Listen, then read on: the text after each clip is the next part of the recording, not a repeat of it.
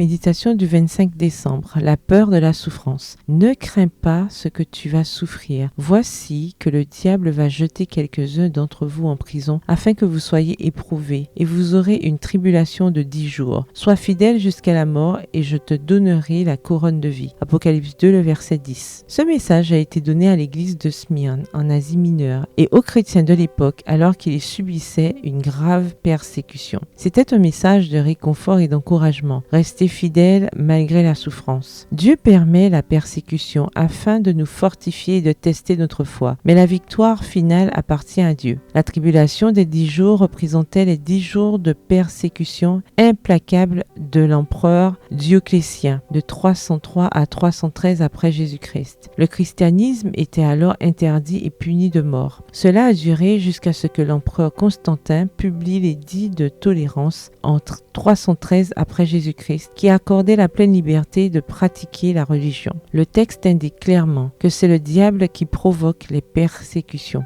Il peut détruire votre corps, mais pas votre esprit. La douleur fait partie de la vie, la souffrance est facultative. Personne ne se réjouit des épreuves, mais Jésus a félicité l'église de Smyrne pour son endurance. Dieu est avec vous. Montrez au diable que votre foi est plus grande que sa capacité de nuire. L'église de Smyrne n'a pas reçu de reproches, mais a été encouragée à résister et s'est vue promettre une couronne. Jésus n'a pas promis de vous épargner la douleur en récompense de votre fidélité. Ne lui demandez pas de suspendre vos épreuves, mais de vous donner la patience et la force de les surmonter et la fidélité pendant leur durée. Le mot grec pour couronne est stéphanos, le trophée d'un athlète ou la couronne que le marié posait sur la mariée le jour du mariage. Jésus vous offre la couronne de la vie éternelle si vous n'avez pas peur de la souffrance. Et Jean entendit la promesse faite à tous les fidèles luttant contre le mal. À celui qui vaincra, je donnerai à manger de l'arbre de vie qui est dans le paradis de Dieu. Celui qui vaincra sera revêtu ainsi de vêtements blancs. Je n'effacerai point son nom du livre de vie et je confesserai son nom devant mon Père et devant ses anges. Celui qui vaincra, je le ferai asseoir avec moi sur mon trône, comme moi j'ai vaincu